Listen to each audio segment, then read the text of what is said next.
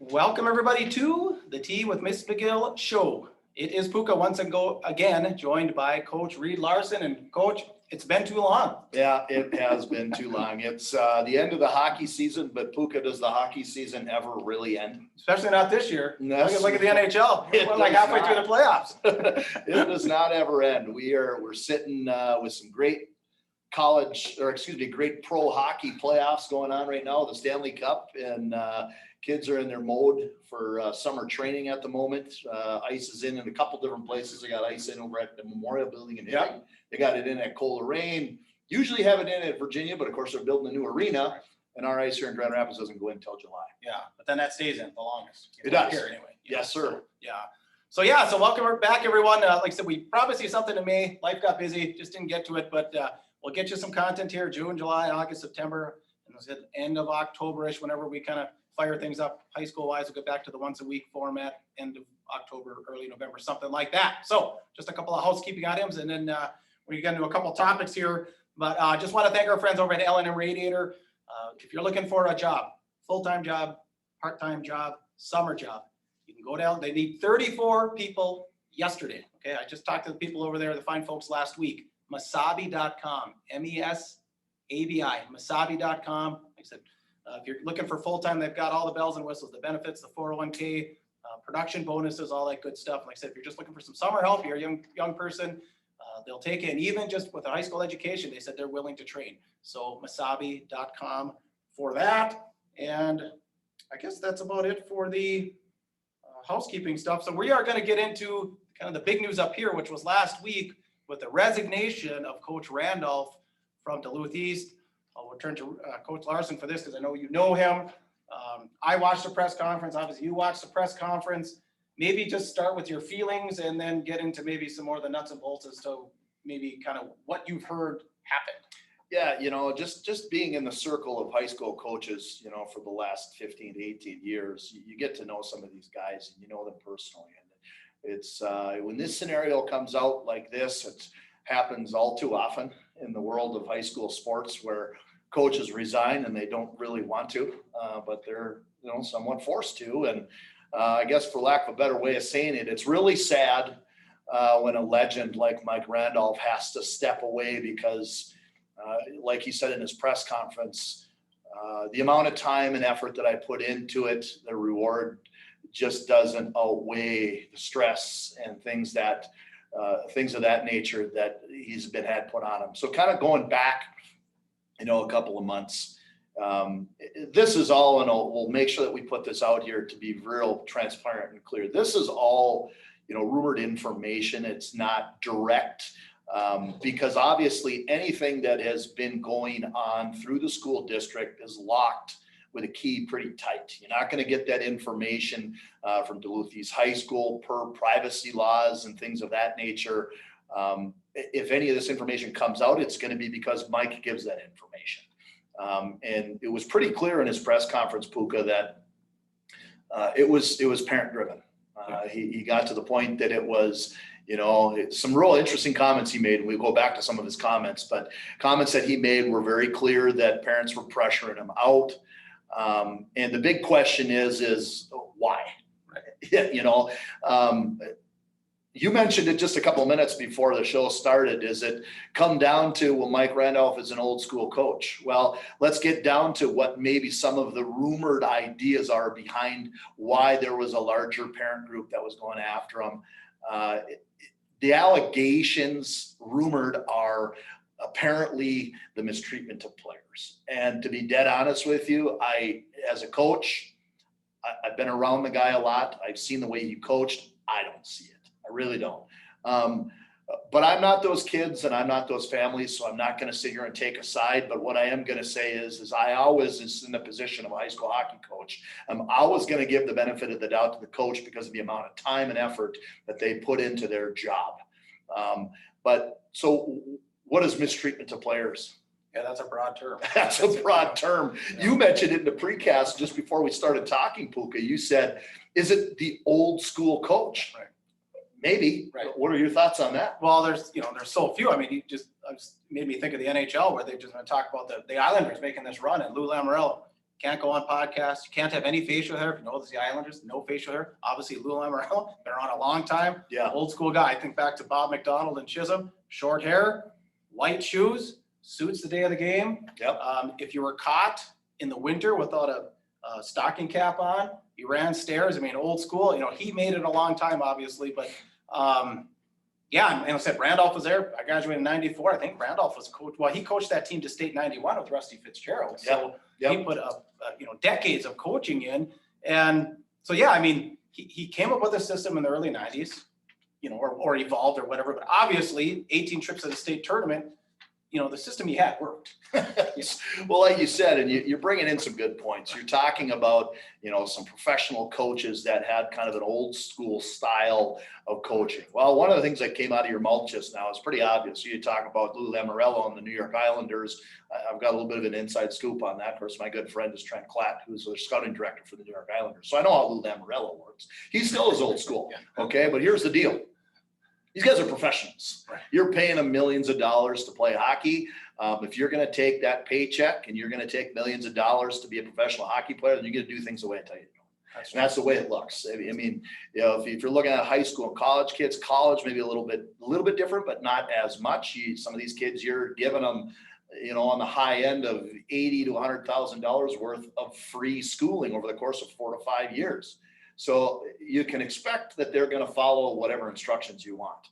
High school kids, I guess you start looking at, you would think that whatever the coach tells you, that's what you're going to do. And you're going to trust the adult to make the right decisions for your kid as a parent. And as a parent, I don't know who out there really thinks that they can do the job better. The guy's been doing it for 36 years, 18 trips to state tournament. You don't really know as a parent or as a spectator what the coach has to deal with on a daily basis. Unless you have been a head varsity hockey coach at the high school level, you don't know what that coach has to deal with. And that's the bottom line. And I've said that before to people that have mentioned things to me. When I was coaching, they would say, well, this is what I would have done. And I would say, timeout. Don't tell me what you would have done, or this is how you would do it. Don't tell me, because you've never been in that position before. You don't know the things that the coach has to go through in order to make the decisions, trying to make families happy, trying to make the school happy, trying to get a community that expects, Duluth expects a trip to the state tournament every single year. So you're trying to weigh out all of those. And at the same time, you're an educator and you're trying to do things, with the highest level of integrity. And I can tell you, you mentioned it earlier, Mike Randolph does not make 18 trips to the state tournament, 2 state championships, one in '95 and one in '98, and 6 second place and a couple of third places. That doesn't happen by accident. It doesn't. It happens because he's got a system and it works. So whoever the naysayers that are out there, feel free to contact me if you don't like the support that I'm giving to him, or if you think that I'm kissing his rear end. I'll be honest with you. The guy's been a role model for coaching for me ever since I started playing the game, and the way that he does things. And I got the utmost respect for him. But I do, at the end of the day, I do got to say, you know what? If that's how that community works as far as wanting things to go, then Mike, you made the right decision to leave, because if you keep doing things the way you're going to do them, it's just going to be complete HE double hockey sticks for you. And move on. You've done so much for the program and built so much for Duluth hockey. That heritage arena would not be there right now if it wasn't for Mike Randolph. The history of Duluth East hockey, the history of all Duluth hockey wouldn't be there if it weren't for Mike Randolph. So bottom line, Mike, if you listen, we wish you the best and whatever. And I know you're not done coaching. You'll latch on someplace else and build something else for the next 10 to 15 years. Well, yeah, that's, if you've seen the press, if you haven't seen the press conference, you can jump on, anywhere on social media and find it. And the interesting point, he kind of started out with, he said, first it was the Lakeville South coach. Yep. Then it was recent. I know we mentioned on one of our shows that the Brainerd coach, I did not realize that the Brainerd coach was also Dave Oss. Yep. Yeah, I didn't realize that was the situation. I thought he was just moving on. But all around tough. You could tell it was a tough press conference for him. You could tell he does not want to let go. Like I said, he's put all this time and effort, his heart into it. Did thank a lot of people. And like you were just saying, couple of minutes ago about making decisions. You've got assistant coaches too. They're giving you input. And sometimes you can't just override your assistant coaches every single time. You have to Sometimes listen. you got to listen and say, well, yeah, if you think whatever, this left wing to do a better job, we'll move around here and put him here. And there's just so many dynamics. Well, to be quite honest with you, I don't think you can argue with his ability to put teams together. He's done it for a long time. The only argument that I think people have had is, well, kids are leaving now. They're not staying in Duluth Easter. Some have gone, to Duluth Marshall. Families have left early in their career to go to Hermantown. That's going to always happen. And in the old days, families were leaving to go to Duluth East. You had guys leave from Superior High School, guys leave from 2 Harbors. You had guys leave from areas close by. Teddy Soikin from Virginia. Teddy Soikin and Patrick Finnegan. And Finney, from Virginia. that's right, yeah. So these guys all, back in the day, they were moving to go there. So those are question marks that people say, well, why are people leaving?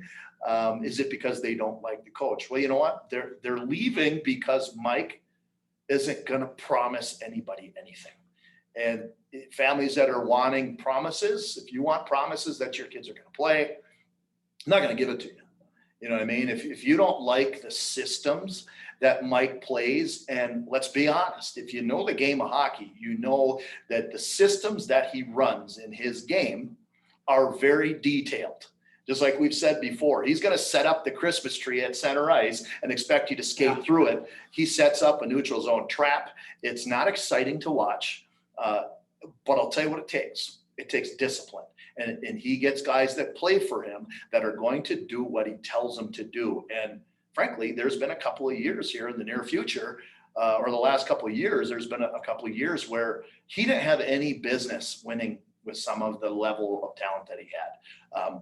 But what he did win with was guys that were coachable and did exactly what he said to do. And they figured out a way to beat teams that they shouldn't have beat. And that was a perfect example when they made it to, the state championship game in 2018 against Minnetonka. Right. They didn't have any business there. They really didn't, but they were there and they deserve to be there. And that was coaching. Yeah, what was that dream season too? Like 11, 12, 13? They came in with the worst record. Weren't they like right around 500 and they made it to the championship? Yeah. Which I think they lost that, I believe. But, So that's been a complaint, right, Puka? It's been a complaint that, I wish that my kid could play for a coach that allows him to be more creative in this. You know what? Then those families have been doing what they've been doing. They've been going someplace else. And if you don't like winning, then don't play Duluth East because the guy wins. Okay. Second of all, if you don't like the fact that you are kind of detailed in, it's like a football team. Guess let's run away. We're going to run things, and it's this way. Well, if you don't like that, then I guess you're not going to play for Mike. Okay, but the guy figured out how to win. Yeah, totally. Bottom line, he made a couple of really interesting comments in that press conference that I want to highlight in our talk here today. One of the things he said at the very beginning is he said, I'm going to be honest with you, the apple doesn't fall far from the tree. Pretty interesting comment, and that was a dart that was thrown pretty hard at the parents. I don't know that I would have said that. So, hey, whatever, Mike. He was on offense. The guy's always going to shoot you straight. And that's something that was a heart dart. It doesn't fall far from the tree. Okay. That was one of the comments that he made. He made another comment later on that, it's a losing battle when you don't have the support of your administration.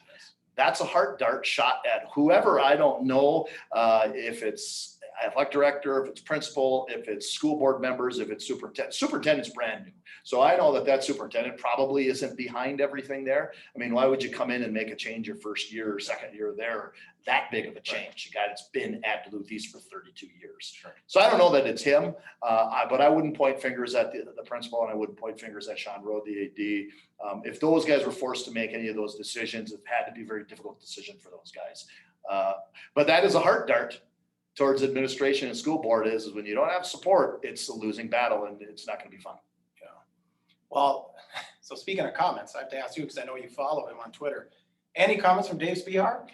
So yeah, I saw some from Dave Spihar that were on there, pretty funny. And actually, so people know that are listening, the Spihar Twitter page is not Dave Spihar.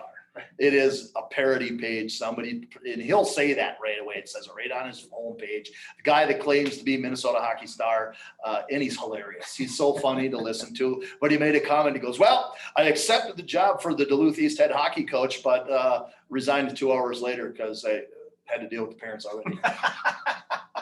So that was pretty funny. It was good. And you know what? I got friends that are parents in Duluth East. So no, don't take any of my comments to your offense. Don't take it to anybody else there. I just, in my opinion, I've been doing this for a long time. So I don't want to ruffle feathers with anybody out there that says, well, all he does is support the coaches. I've been in the game a long time and I've been coaching a long time. And I know a good man when I see one, character wise, coaching wise. I know when you're out for the kids, yeah, you can sit there and think that, oh, Mike Randolph was just in it to be the, he just wants to reach that pinnacle of the most wins and then he's going to retire. The guy wants to coach and he's going to coach someplace else. Yeah. And he might coach for another 10 years. The guy loves hockey. It's been his life. Right. Oh, totally. So, all right. Anything else on that? Nope. No. Okay. So let's real quick, NHL. So we've whittled down. Who you liking? Well, so we just mentioned a couple minutes ago, we talked about Lou Lamoriello and the New York Islanders. My good friend Trent Klatt is the scouting director of the New York Islanders. And actually, I had a little short stint there when I was in Virginia, where I was kind of helping out a little bit, hoping for the opportunity to get in as a scout there. It didn't work out because the change of I should say leadership there was right when Garth Snow was at the end of his tenure there, and Trent was kind of leading most of the scouts in that time frame and was ready to reel me in as a part-time scout. But that was under Garth Snow's leadership. And then at the end of the summer, I should say middle of the summer, June 30th, Garth Snow gets let go. Trent gets retained. They keep him on, but they bring in Lou Lamoriello, and Lou Lamoriello says, he's got a different outlook on what he's going to do with his area scouts in different spots. And so for about 5 minutes, I had an idea that I was going to be a scout with the New York Islanders. And that's about how long it lasted. 5 minutes. It did work out. He kept his area scouts. Trent moved out to Michigan, and that was one of the reasons why he thought, well, geez, I need somebody in the area. Well, lo and behold, his brother-in-law, Kenny Gernander, was moving to town, and Kenny was obviously going to be the full-time guy that was going to take Trent's area around here. And he was hoping that maybe Reed could be on for, part-time. He's a school teacher, but at the same time, be able to bounce around to some of the high school games, maybe bounce around. And it didn't work out that way. And I didn't hold any grudges. It was kind of any hiring anyways. So it was kind of like, well, this is what I'd like to do. But it never made it to the table of Lou Lamoriello. It was like, nope, this is what we're going to do. Okay. Thanks for thinking of me. That's okay. So lo and behold, my thought is the New York Islanders look pretty darn good. I know. I'm kind of jumping on the energy in the building. And maybe they'd have one all-star. I mean, I don't know. If they would have an all-star game this year, how many do you think they had? I don't know, but I'll tell you what, Brock Nelson looks pretty darn good. He looks good. I love the game. Love him. And if you haven't seen, jump over to our Facebook page and you'll see a picture of Brock after an interview. He had to get Warroad in there. Just go ahead and take a look at the picture. And by the way, if you want to comment on anything that Reed and I are saying, I said you can comment on the YouTube page, comment on the Facebook page. But so I hope we're not ruining anything for those of you that recorded the game. But the Islanders clinch last night, dispose of Boston and are moving on, which was a surprise because a week ago I was saying Boston. Oh, they looked like it. And, and then, Taylor Hall to bring him in, it was just like, it was pretty interesting, but pretty good playoffs, Fun to watch. Yeah. Fun to watch. I think, looking on the other side of things, I think the Lightning look pretty good. So we'll see what happens. Yeah. All right. 1 minute left here.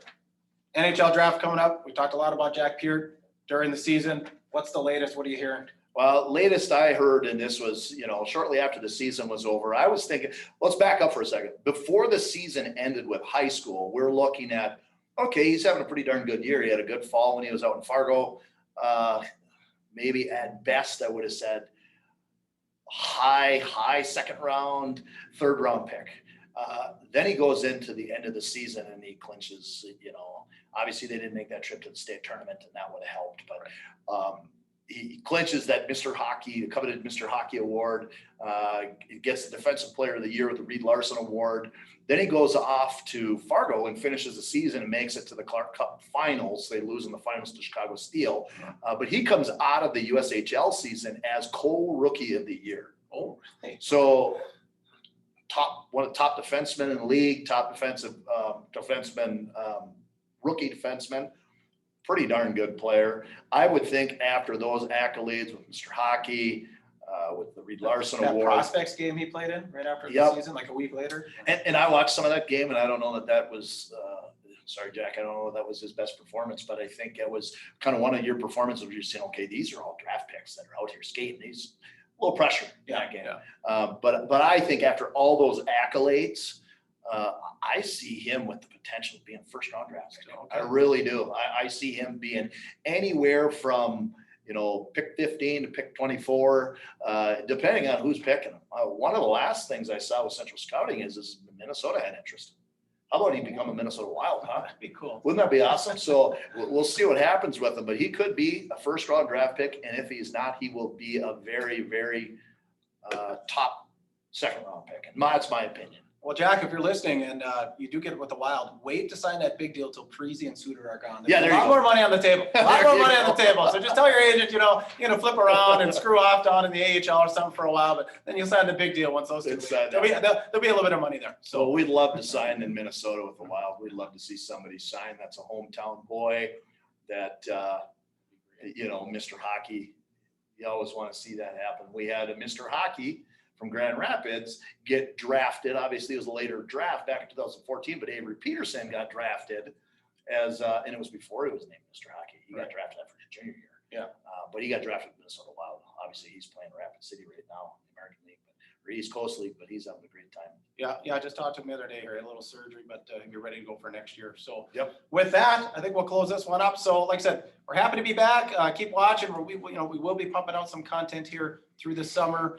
Like I said, masabi.com, if you're looking for a job, full-time, part-time, summer help, masabi.com. Everything's listed there. As always, I'm Puka for Reed Larson. Get out there and be your dream. You're tuned to the Tea with Ms. McGill Show.